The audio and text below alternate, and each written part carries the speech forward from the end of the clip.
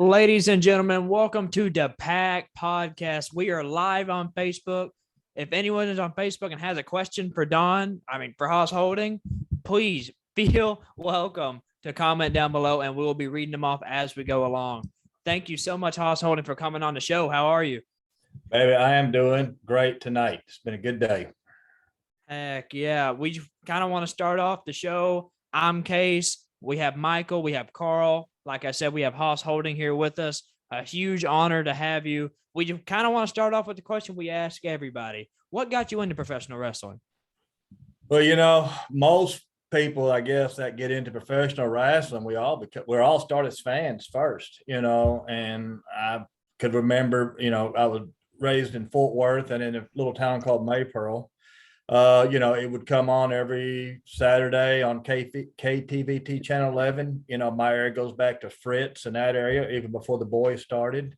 So, it was just every Saturday night I watched it and then watched the whole Von Erich, growth and that. And then I just always loved it. And something I wanted to even do back then, it was just a dream of mine to be a professional wrestler. And that's kind of where it all really began. And to me at the time, that whole era of the Sportatorium, and then they would wrestle in Fort Worth at the convention center.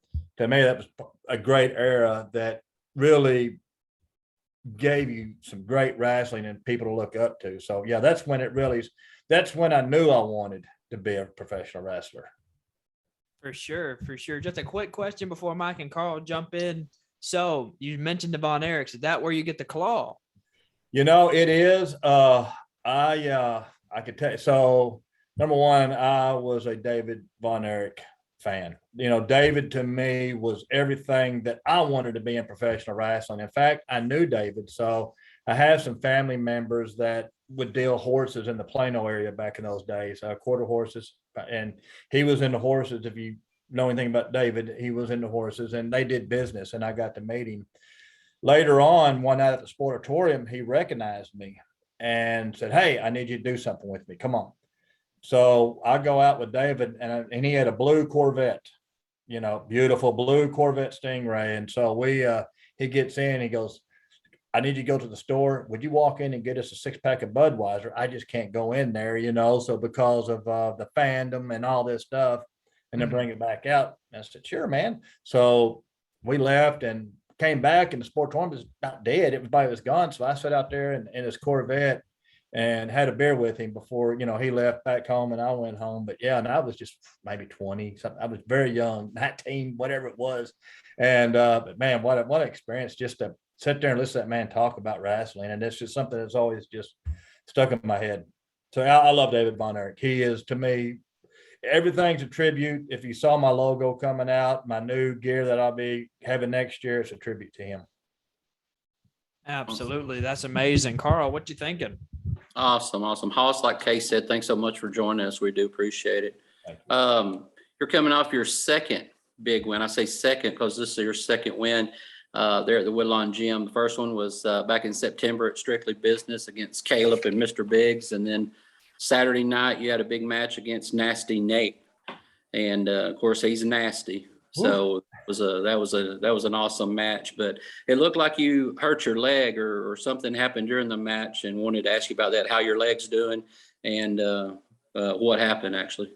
Well, I really lost my head. Well, number one, hitting me with the kendo stick from behind and throwing me into the post. And really getting a jump and then them starting a match. This match had been going. I'm half out of it, and so I kind of get my bearings back into it, but I'm angry of the whole thing and the referee, and I lost my head in the ring, and I really jumped on the referee instead of focusing on my opponent, like you're taught to do. And when I turned my back, Nate, being nasty, he came in and took the knee out, and hey, that's not the cleanest way to do it, but that's what he felt like that he needed to do. And it almost worked for him, as far as the knee goes, it's swollen. I'm walking on it. It's good. I went to the gym today and, I did my cardio routine. So, and, I've got a brace on it, but I'm good. It's, I was able to withstand that and just wait for him to make a mistake later on in the match, which he did. Right. Mike, what you got? So I want to thank you for coming on. Once again, anyone on Facebook that's watching us, feel free to drop a comment, question. We'd love to get to those. We've got a few rolling in already. Haas, I wanted to ask you about your persona. Who is Haas Holding to you? How do you try to carry yourself when you're around the ring? And what do you want people to remember when they see Haas Holding in the ring, when they see you in action? My story is different. I started late. I've had this dream my entire life, and for whatever reason, I couldn't pursue it.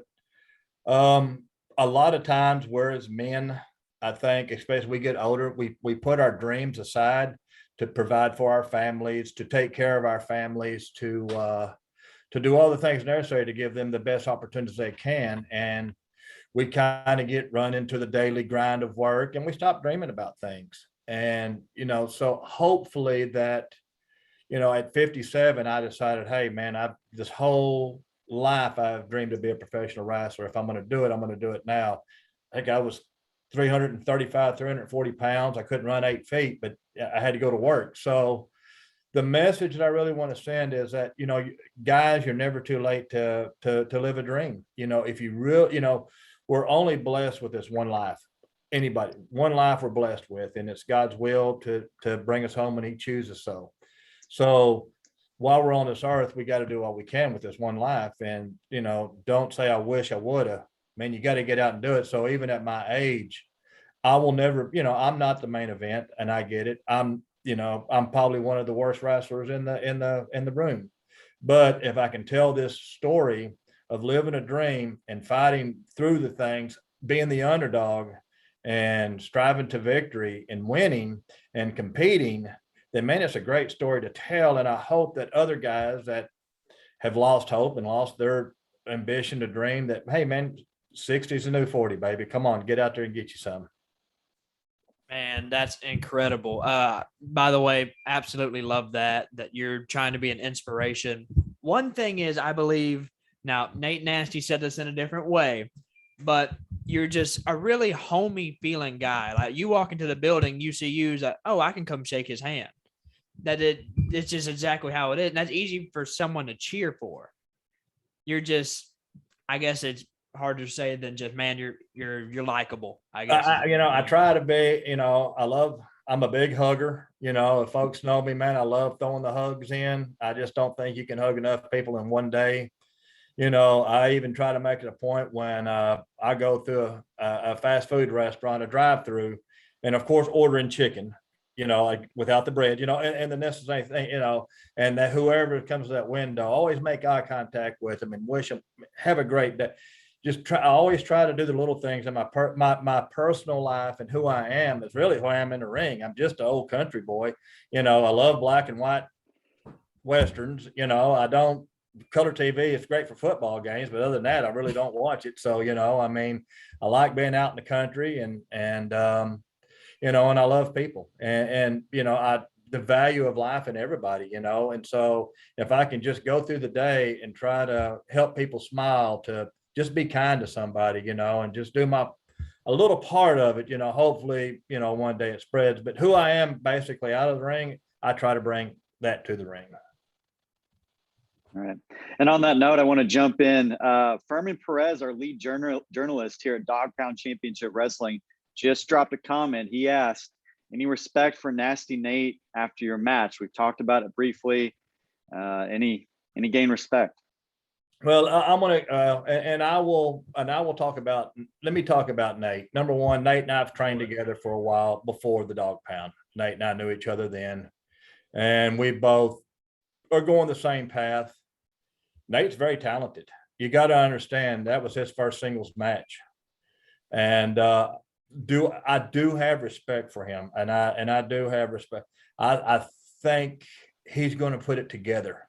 I think what he has to work with and the tools that he has got, and him just now stepping into the ring and him being young and him really investing in himself and going, I think he's going to do big things. I really think, number one, he's very smooth in the ring. Like I say, it was an easy match. Like I said, he got excited and he wanted to do too much.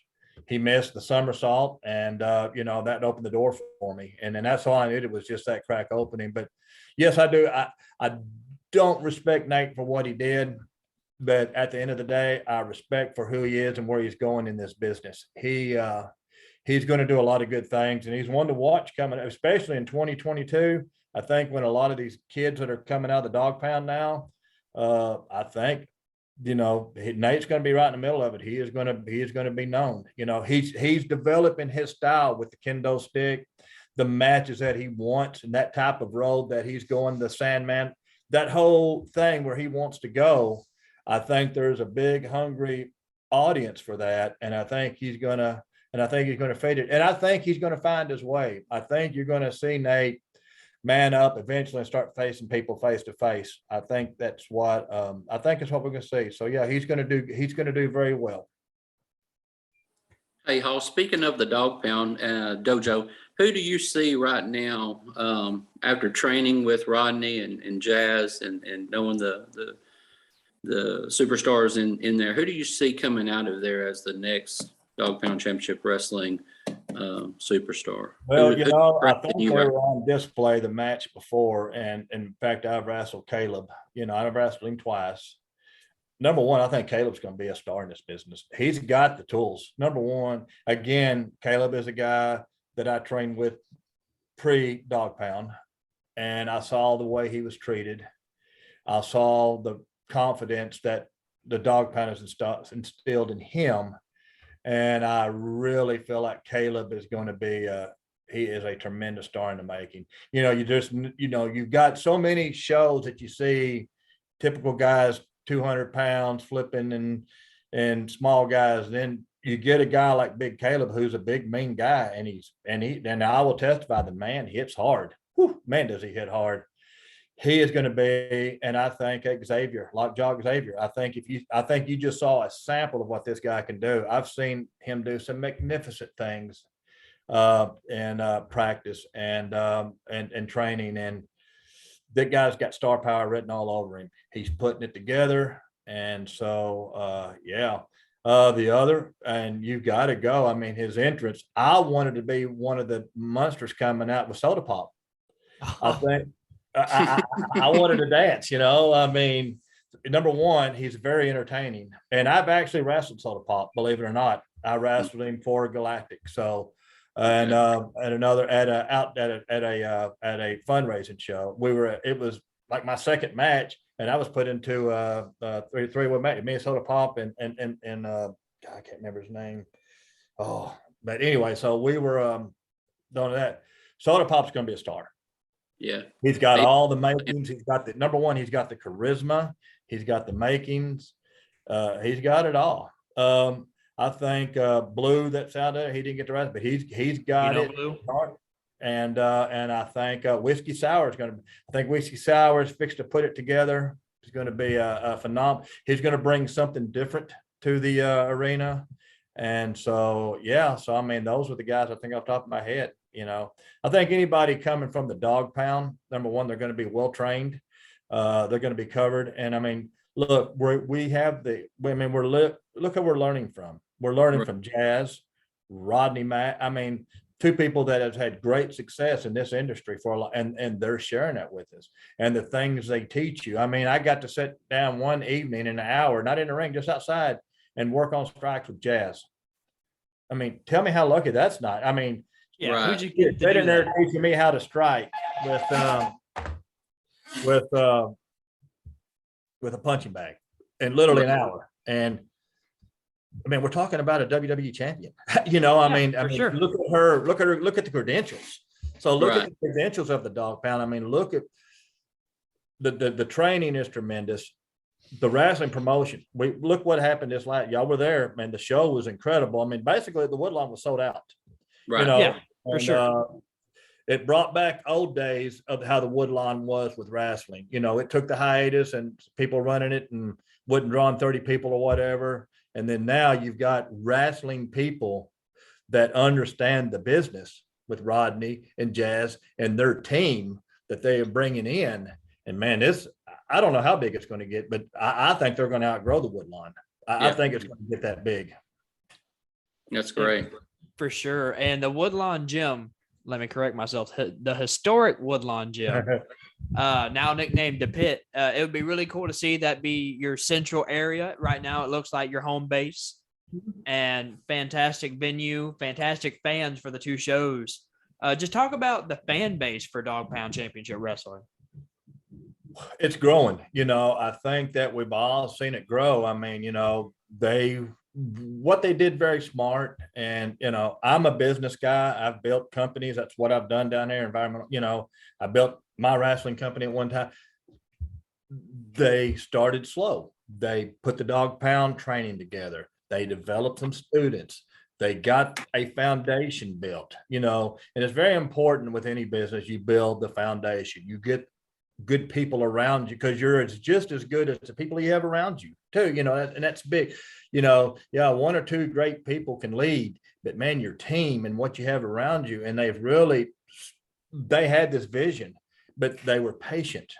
And now we're seeing that foundation. Now we're seeing the walls come up by the two shows at the Woodlawn, and and they're going to continue to build and strengthen. And yeah, man, it's the business side from what Jazz and Rodney did with the Dog Pound was perfect. If they would have started the Dog Pound, all at once, you wouldn't have had the infrastructure to support the walls and and then you see that so many times in wrestling, they come crumbling down. The one up in Irving's a prime example. They were the hot tamale there, and for whatever reason, the foundation wasn't strong enough to carry the walls, and they come tumbling down. So they built the foundation strong. Now the walls are coming up. Wait till they get the roof on the place. Because they're going to blow that off too. It's just what absolutely. But the foundation is key. It is. Hey, Mike, we have some more comments coming in. Yeah. Let's take a look. We got a couple comments. Looks like there's some interest for Dog Pound Championship Wrestling to come to Houston. We've got some love for Soda Pop in the chat. I wanted to ask you, as we should. Yeah, so I want to ask you, Haas. You picked up 2 huge victories over the course of 2 months. There was so much great action over this past weekend. We could spend all night talking about it. Is there anyone that you want to lock up with in the future? Is there anyone on your radar? There is. There's a couple of folks I really. Number one, he wrestles out of New Jersey. Anderson, if you see him around, he's a big. Oh, Andrew Anderson. Yeah, we've had him on our show. I want him, and I know we've talked, and I really want to tangle with that big guy. Yeah, there's a few more out there that I would really like to get my hands on. And people, I will go back, a guy that I think I would want to wrestle before we get finished, one man, Mike Dell. I've known, Mike Dell I've known him since 2006. Mike Dell was probably the guy of my promotion back then. I mean, he wrestled probably more than anything. He held all my belts and the whole gimmick. I mean, he did it. I want to wrestle him. And there's one more guy that I always want to wrestle. And I hope that there was 2 guys I want to come out of retirement. One of them, Showtime Scott Summers. Back then he hit me in the back with a chair, and I haven't forgot, back of the head actually with a chair, and I haven't forgot about it. And we've got some unsettled business, so hopefully he'll come out one day. And the other one is a guy out of Louisiana named John Saxon. That will be my 4 matches that I want. So yeah, but right now, man, I'm just anybody they roll in front of me, bring it. We're going to romp and stomp. Yeah, Haas, you talked a couple of times about your promotion. I believe that started back in, you said 2007 or so. Can you talk a little bit about that and how that ran? Well, what we did, so what led up to that, and I'll back up a little further. So in '88, I wanted to become a wrestler. I just had my 3rd child. I'd had a very shaky job at the time. I couldn't even afford a $200 house payment. So the only training I ever had in wrestling, I grew up. I left home at 15, and I bought me a car so I had a place to live, and I kept it parked behind a beer joint. And the people in the Fort Worth area who I know know East Lancaster Avenue. It's probably one of the toughest streets in America. And that's where I grew up at. And I grew up in the bars there. And there was a whole lot of fighting, a lot of barroom fights from between 15 to 20. You know, I'm probably good for 700-800 barroom fights. Won a bunch, lost a few, but you know what? I learned how to take care of myself. So, you know, where it started, that was actually my training where I'm at now was the bar rooms of East Lancaster and Fort Worth. So, but I went to the school and man, you're seeing all these young guys. I'm at the Sportatorium and Chris Adams is across the table. Yeah, man, you know, you can be the superstar. You know, it's advertised, man. And I'm all excited. And he goes, it'll be $1,500. And I went, you know, I just now had a baby. I didn't have any, man, you know, I barely had the gas money to get there to and from. So from that drive from Dallas to Maypearl, Texas was a heartbreaking drive to say the least, because I basically saw my dream fly out the window. But I went home and hugged my kids and I went to work, and God blessed me with this industry that I'm in the environmental industry. Was able to make a great living, started companies. They moved me to San Antonio in 95. Best thing that happened. I built companies and I've done very well. So I went to a local show. I really just stayed away from wrestling all those years. I focused on my kids, raising them. We might have went to a WWE show or whatever, you know, but I really stayed away from the heart of what I love is Texas independent wrestling. I just stayed away from it. So I went to a show in 2005 and started looking around, and I noticed that these companies just were not drawing any fans. The production was horrible. It was unfortunate because there was a lot of great wrestlers, like we talked about, you know, a young Mike Dell, a young Andy Dalton, Joey Spector, Hernandez. I mean, it goes on. These guys were phenomenal young athletes, you know, and there's a lot of them still around, you know, and things. So, you know, but there was something missing. And to me, just the whole thing wasn't being promoted right. And so I started SCW.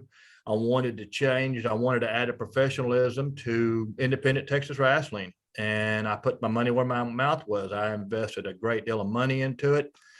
My belts were handcrafted. The leather was done separate from the metal work. I invested all the lights, a sound system that could compare to anything today. I mean, a trailer to carry our stuff around. And we started marketing in the towns.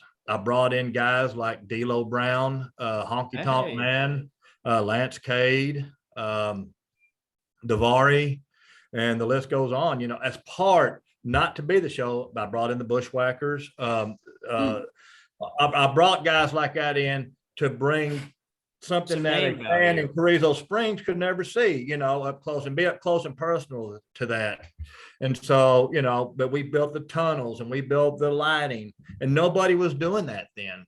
And then, but maybe with the exception of XCW out of Denton, who I always look up to tonight, and what they were doing up there at that time. I mean, he was really had the whole XCW was the premier wrestling in Texas at the time, but I feel like we were catching them. You know, I think we were second best. I was striving to be as good as him, you know, because of what he did. And I just have so much respect for XCW and Knight up there and what they did. But they, but I mirrored it, man. I wanted to, you know, that was my goal because it was good for Texas wrestling. You know, I was friends with Darren Childs at ACW, and, you know, that's where I met Ladder and Scott and, you know, the summer, you know, people. So, you know, and because my heart was in the right place, yes, I loved SCW, but I really wanted Texas wrestling to be. I started seeing other shows, started putting some production into it. And then as time went on, and we traveled, and then we decided to get us a building in Lytle in 2011, and had a nice little arena. I built bleachers in it. I had a good old Western entrance stage with saloon doors. And man, we went to work, and Ladder did some booking for me there. You know, we just lost him, and, you know, which is heartbreaking. He was actually going to come. I talked to him 2 weeks to the first show when I was going to wrestle Caleb, and he was going to be there, and he got sick in between that. And I know I called him like that day, 2 days before, and he didn't answer. His phone just went to voicemail, and I said, that's crazy. So anyway, and then I found out, you know, we all learned what happened. But so we built this thing called Cage Fest, and it was a 6-month bull rope matches. A part of the show, you know, we told the story, and we were running weekly. there, and really was able to build it. And, we draw 100 to 150 every week in a small town of Lytle, Texas. And it was old school Texas hard hitting wrestling. And so we built it. And once we got through it, and then just my health got so bad. And man, I ballooned up in weight from eating late at night and working and the stress. And man, we had to shut it down. And that was the only reason. And we were a profitable company.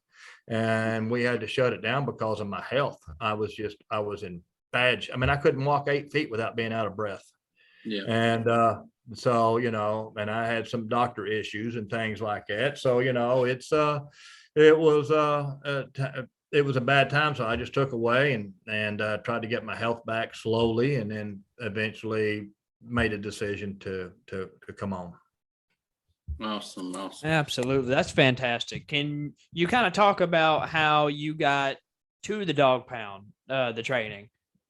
Well, as I mentioned, I was with Hybrid starting out when Rodney was there and Jazz. And it's funny. So when I was selecting a wrestling school, I called a confidant, and I called Dusty Wolf, who is and by all means, and I'll give this to anybody out there, if you can ever sit down and talk to Dusty Wolf about wrestling, you need to do it, and you need to listen, because the man has forgotten more than any of us will ever know.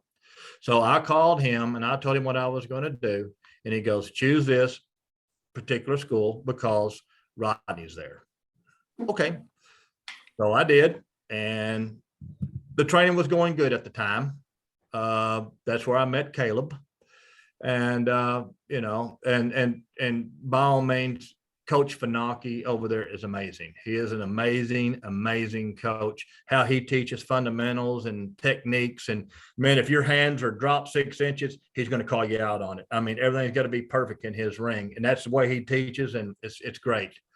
Rodney and them left. And then they, it took them a little bit to surface back up. And then there was just a disagreements in my character and where I was going with me, because I was been there for a couple of years. I feel like that I don't have a lot of time to accomplish what I want to accomplish. So it was just best that we decided to part ways. And basically I was asked to leave, but hey, I still have much respect for them for what they did for me, and I always will. I love the guys over there. Hey, man, they've got some great kids over there coming through that are going to be real big stars, and I love those kids to death. Man, they're just incredible, and they're my friends today. I'll do anything in the world for them. So, but I did not agree with my direction, and I had to we had to both make decisions on me and what I wanted to do. And so once we parted ways, I talked to Rodney, and I tell you, my confidence, I literally considered just walking away because I had no confidence in myself. We just started in Castroville a few shows, and I wasn't happy by how they were being directed by what was going on. And this is my name out here. So I sat down with Rodney and Jazz, and they could see I was beaten. I was a beaten man. And they said, hey, come on, we'll take care of you here. We know who Haas Holding needs to be. And so, man, the light came on, the fire relit, and they have taken such good care of me. They have really worked with my character, because it's so easy, because I really am outside the ring who I am in the ring. So, I'm just a romping and stomping cowboy, and so they have taken just marvelous care of me. They reinstilled my confidence first and foremost. They put me into the ring. So what you got, you're going to wrestle. Don't worry about none of this other crap. Listen to what you can wrestle. The first match I had over there at the Dog Pound at training with Micah, a very accomplished female wrestler, and great gal. And it was easy. And like, you ready? So from there, each match I have grown and grown, and I'm getting more and more confident each time. I'm learning how to pace myself in the ring. So many, I'm learning how to tell the stories, and I'm learning about me more. Each match I learned something about me that I didn't know I could do it, and so Yeah, so I followed Rodney is what it came down to, and I trust Rodney and Jazz with everything that I'm doing, that they have, and what they're building at the dog pound. And like I say, the way they've taken care of me, the way they've taken care of Caleb, who, like I saw him what he went through, and he was disrespected, and I will just go out and put that out there, and what Nate, me and Nate trained in the same ring, and Nate was having some time getting there. The man's working and going through it, but the guy's going to be a star. So, he can go. And so Rodney and Jazz expect us to invest in our cardio, invest in ourselves, and to be ready to wrestle. We're here to, there's not a 3-year plan here. I mean, you train and you learn to wrestle quickly so you can get into the ring and go. And that's the philosophy of the dog pound. And if you can't, you'll be pulled back, but you're given that opportunity. And trust me, I'm not going to jeopardize that opportunity. I do what they ask me to do, and I work hard and I invest in myself. And at the same time, they understand I'm 60 years old. I get a little bit of break on some of the bump cards training in the week. So, but I do expect, and I told them I want to be treated as any wrestler. I want to be known as a wrestler, not as an old wrestler, as a wrestler. And that's how they treat me, and I just physically give it all I got each time. And it's working. Whatever I'm doing, it's starting to work. Yeah. Exactly. Also, we definitely watch the fans, and they love you and your character for sure. I know, I think you posted on Facebook this last week, you and Rodney and Jazz and a couple other superstars had the opportunity to go to a school or two and talk about drugs and saying no to drugs. How did, knowing you have kids and grandkids, I think 12 grandkids you had said a while ago. So how did that affect you, and how honored were you in being able to do that? Man, I love it. And I know that y'all, some of y'all are going to come to Castroville, and you're going to get a really big treat of the kids in Castroville. I mean, they swarm me, and I'm flattered. And it's so funny, is all the kids that are 6, 7, and 8 right now, I coach their parents in baseball out here and stuff. So when I'm watching these generations come up, and that to deliver that message to those kids, it meant the world to me, because I try to come to them as, the biggest thing our kids are facing is they're going to get in, they're going to come around that stuff. And it's just it's how you deal with peer pressure is where I think the answer is to all that, because peer pressure is the biggest thing that kids face today. And peer pressure was the thing we probably faced as kids. Come on, you can do that. You can do that. I double dare, whatever it is, hey, I've got this. Let's try it. Let's try this joint, or let's try this pill, or whatever it is. And then, no, you want to say no, but the peer pressure is pulling you. So, when I was able to speak my part of it, I really wanted to focus on the peer pressure. Like, hey, we understand peer pressure, Right. Yeah, it's easy to give into it, but you're a bigger person, to step back from it and make your own decisions for you as a person.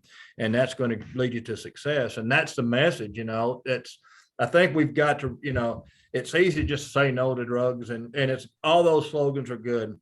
But I think the heart of it is you got to deal with the peer pressure these kids are facing. And we've got to get there to really make the difference.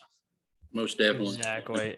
I bet that was just an honor for you, like Carl said. It was an honor for me, yes, to have that faith and for Rodney and Jess to have that faith in me, and my fellow students to have that faith in us, that says a lot, because this is their company. You got to understand that. So, they have a lot of faith in us to doing that, and it's expected of us. And it's a great message that I was honored to deliver for them, because I know that's how they stand. Right. Mike, you have anything? Yeah, so we actually got a message in from Forrest, one of our co-hosts who wasn't here tonight, but he always asks, who is in your Mount Rushmore of professional wrestling? Mount Rushmore. I'm going to probably, number one, it's going to be David Von Erich. Terry Gordy. Stan Hansen. and Terry Funk. Hey, I'm a big Terry Funk guy. I am too, man. I've said a lot of prayers for him. I know his health is not great right now. I mean, I sure have. I hope he prays for him and he can get out and do a few seminars, because, man, that's on my bucket list. I just want to sit down like a little kid at story time and just listen to him talk, the knowledge the man has. So, I've been praying for his health to get better, and hopefully that it does. For sure. For sure. You had brought up Stan Hansen, a legend in wrestling from America and Japan. Oh, yeah. Talk about some Stan Hansen, man. Well, he brings the bull rope, and I didn't bring the bull rope this time out of respect to another competitor that brought a cowbell and bull rope out. So I left mine in the bag. I didn't need it that night. This is probably the one time I should have done it, and I probably should have whacked Nate upside the head with it a time or two. The one time I didn't bring it, right? But I love, and I've watched so many of Stan Hansen matches, and he's how he clears chairs, and, man, if you listen to him talk today, his interviews, mild-mannered guy, but it's just, man, and I think most wrestlers, I think Stan Hansen once you walk out of that curtain, man, you just turn it on. I mean, you just the rush and the adrenaline, and it's all flowing, and, man, who you are is coming out 100-fold now. And, man, Stan, he was just a master at it, and so tough. I mean, he's just a man. I mean, it's just, you just bigger than life. That's what I think about those guys. Him, and, I've always said Terry Gordy was born with a pair of wrestling trunks and boots on, man. That's how he entered the world. And Stan Hansen was the same way, but he had a cowboy hat too. So, to me, that's what I think. Unfortunately, wrestling has, unless at WWE, right, stars have got to be bigger than life, and that's it. I mean, look, you can. How many times have you went to a wrestling show and you've seen some phenomenal wrestlers that a guy, that just came in, just a lot of great moves, great match, great technique, great everything. But then you went home, what was that guy's name who did this, or what was that?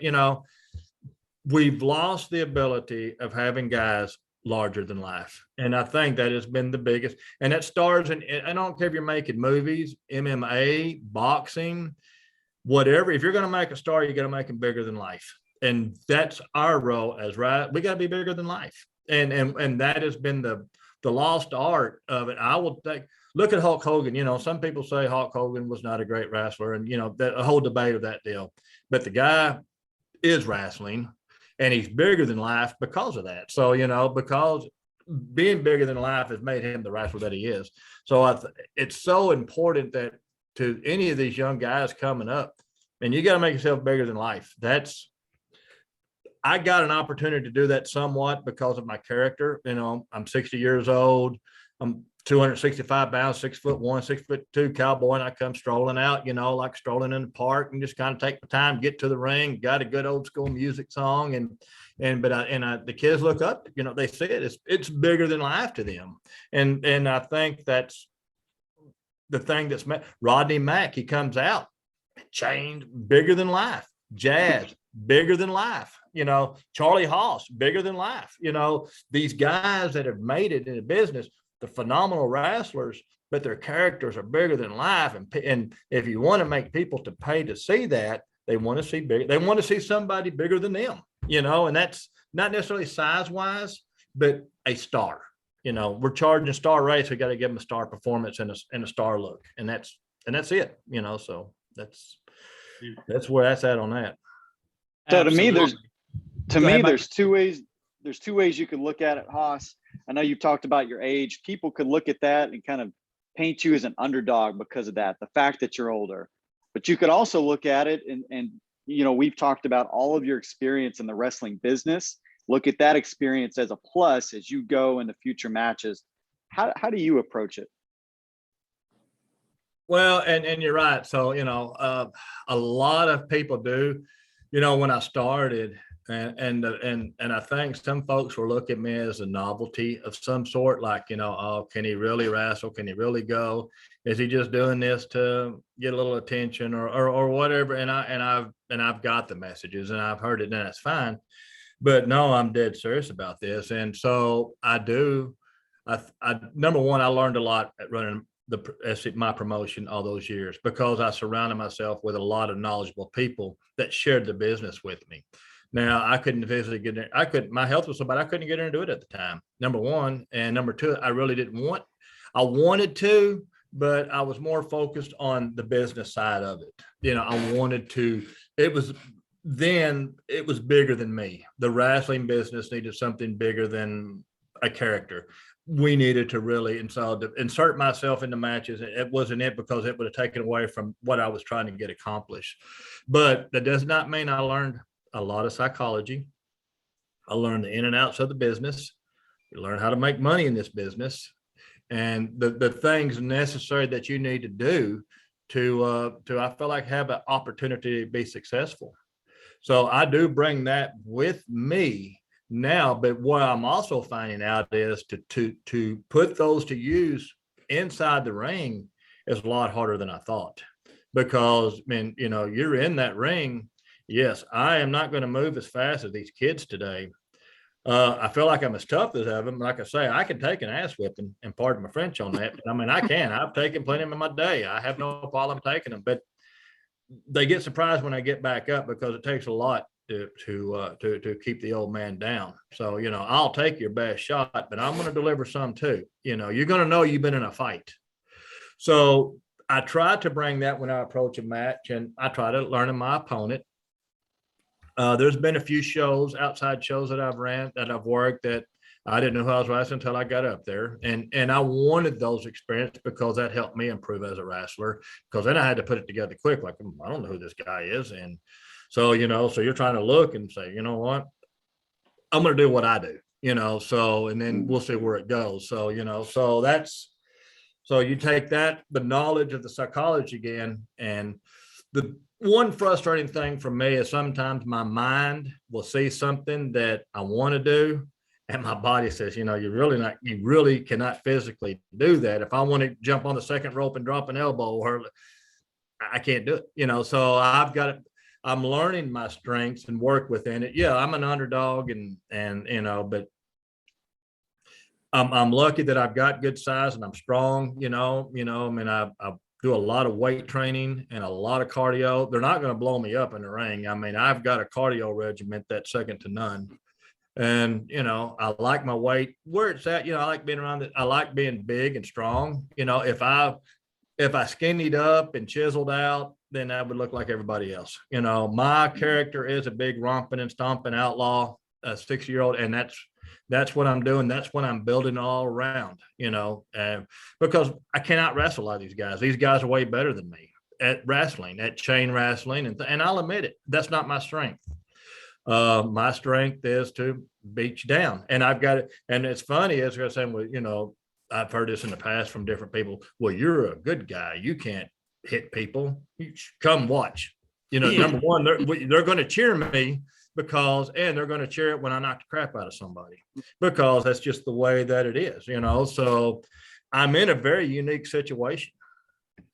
Yeah. Man, that's incredible. So before we wrap anything up, is there anything you want to say to the Dog Pound Championship Wrestling fans that will maybe watching this episode? Man, number one, I want to give a special shout out to all the fans in Castroville. They really have gotten behind my character. They really picked me up, and really, I get so many positive messages from people, and it's really expanded now to, I had a guy from Connecticut, said, man, I followed your story, and, said, please send me a picture. I'll if I ever get down there, I want to see, the Dog Pound has really allowed me to come out and to hopefully tell this story that I want to tell as an older rookie professional wrestler. The difference is, there's other professional wrestlers that are older than me out there. You talk about Jerry the Kingston makes it, Morton, a lot of those guys, and they've earned the respect they get into the ring. They don't have to take the bump. They don't have to do the necessary thing. Me, I haven't earned nothing. I have not earned anything yet. I have got to take my bumps. I've got to take the beatings. I've got to earn that I don't, just because I'm 60 doesn't mean, okay, well, since he's, no, I haven't earned, I've got to earn anything that I get in this business. I got to earn it. And so that's what the dog pound has allowed me to do. And they've just basically turned me loose, and they review my stuff. They say, man, do this, here's your strengths. But, turn it loose, man. You own the building, and, you're going to, I don't think we don't even know how big of a star you're going to be. And that's not necessarily my goal is being a star or none of that. But, I'm getting, I get 50, 20, 30, 10 Facebook people that I don't know. Some of them are kind of, I know they're little, look at my Cash App, and it's a very attractive young lady. She has no business going after this old guy. I understand those, but I mean, a lot of people and that are really tuning into the story. I feel like 2022 is going to be a huge year for me, for the dog pound. Like I say, man, they're just the wrestlers, just the whole atmosphere of how they are turning it on and stuff. It's just, wow. It's great. And I could not be any happier than where I'm at right now, because I see what they're doing with the dog pound. I see where it's going. I see the business side of it, what they're doing, and the stability that's being built. And then, I don't know how long the good Lord's going to bless me to do this. I've got an age in my mind. And if anything past that age, as long as I'm not an embarrassment to the business, I will continue going after that. But, I've set the age at 62. If I can go to 65 and I can still earn my spot in the ring, still take the bump, still do the things that necessary to put on an entertaining show for the fans, and I'm going to do it. However long I'm blessed to do this, each time I'm going to give it everything I got. And I'm just so happy and lucky that the dog pound has given me the opportunity to do that. Man, that's just incredible. Thank you so much for coming on. Michael, Carl, you got anything to say before we wrap it up? I would just like to thank you, Haas, for joining us. It's been an honor to talk to you and learn a little bit more of your story. And thanks so much. And you're definitely one of the Pack Podcast guys now. Awesome, man. Hey, so yeah, folks, and me and Rodney's got a little feud going on in Castroville. So make sure the day after Thanksgiving on the 20. It's the 26th. That's a Friday in Castroville, Texas. Galactic Pro Wrestling. We'll be out here. We've done great. We draw between 300 to 400. Rudy Russo has done a phenomenal job with it, and I owe him a lot too. The man, when everything went south with the previous trainer, he lost a lot of friends there too. But he believed in me. And I love him to death for everything that he's done for me out here. We've really became a good partnership out here, and I love him to death. And then that next night, we're back at Woodlawn on the 27th. Evan. Hopefully we're keeping and I know Russo and Rodney and them, we're making a big Wrestle Fest weekend, offer some discount tickets to both shows. So folks, stay tuned. Regardless, it's going to be a phenomenal weekend in professional wrestling. 2 phenomenal companies, a lot of great and up and coming stars, some big guys coming in. And make sure you follow Dog Pound, follow Galactic, follow good wrestling promotions. Get into it, into the world. So that way, I mean, it's great. I think the best of wrestling is now yet to come. It was looking like it was down. But I think we're looking around, and I think promotions all over, the crowds are up a little bit, right? And, we're getting them back. Now, as a companies and professionals, we got to keep them, and we got to keep bringing more. So let's all work together. Let's all, promote professional wrestling wherever you're at. And as a, fan, as a worker, as a promotion, always do your best to put on the best shows possible. Always make yourself bigger than life. Hey, I'm in the greatest place in the world right now where I'm at. I think that the Dog Pound is literally going to be the biggest thing going in the Southwest. 2022 is going to be phenomenal. I don't even know how big it's going to be yet, but the people are coming. So I'm really excited to be a part of that. And thank y'all for having me. It meant the world for me to come in and talk to y'all, tell my story. anything I can ever do for you guys, man, you let me know. Thank y'all for covering, right? You guys do a lot. You're tremendous. You the guys that spread the word. You know, we all have our roles in this that love professional wrestling. And you guys, man, you're the guts of it, man. I mean, you got to get the word out. You're reaching new fans too. You're bringing them in, you know? So, man, we're all a team, you know, and we're all a team. It's about wrestling. Before we let you go, I got one last question. The match that we couldn't stop talking about, Russ Haas versus Chuck Haas. Wow. Tell me what you saw. I mean, we were impressed to say the least.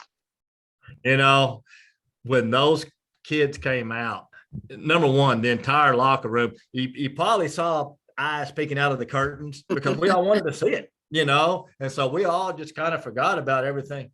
It was incredible. It was incredible display of professional, how the kids sold, how the moves they did, the match they had, the story they told. Yeah. The whole thing. I mean, it was how brilliant was it? Like winner gets control of the Xbox. I mean, it was great. So to me, I'm glad my match did not follow that because, man, you wanted to see it, right? Hey, and tell me, are those kids not going to be stars one day? Oh, my goodness. Yes. Can you imagine what they do? I mean, when they become young men. So it's going to be incredible. Well, Haas, thank you so much for coming on. The only thing you have to repay us for is we need a famous Haas holding hug at the next show. We got you, man. Hey, big hugs. You got it. And, man, whatever I can do for you guys, for sure. But, man, hugs for sure. Absolutely. Thank you so much. Thank you, everybody, for watching the show from Facebook, YouTube. This has been the Pack Podcast, and we will see you guys in the next episode.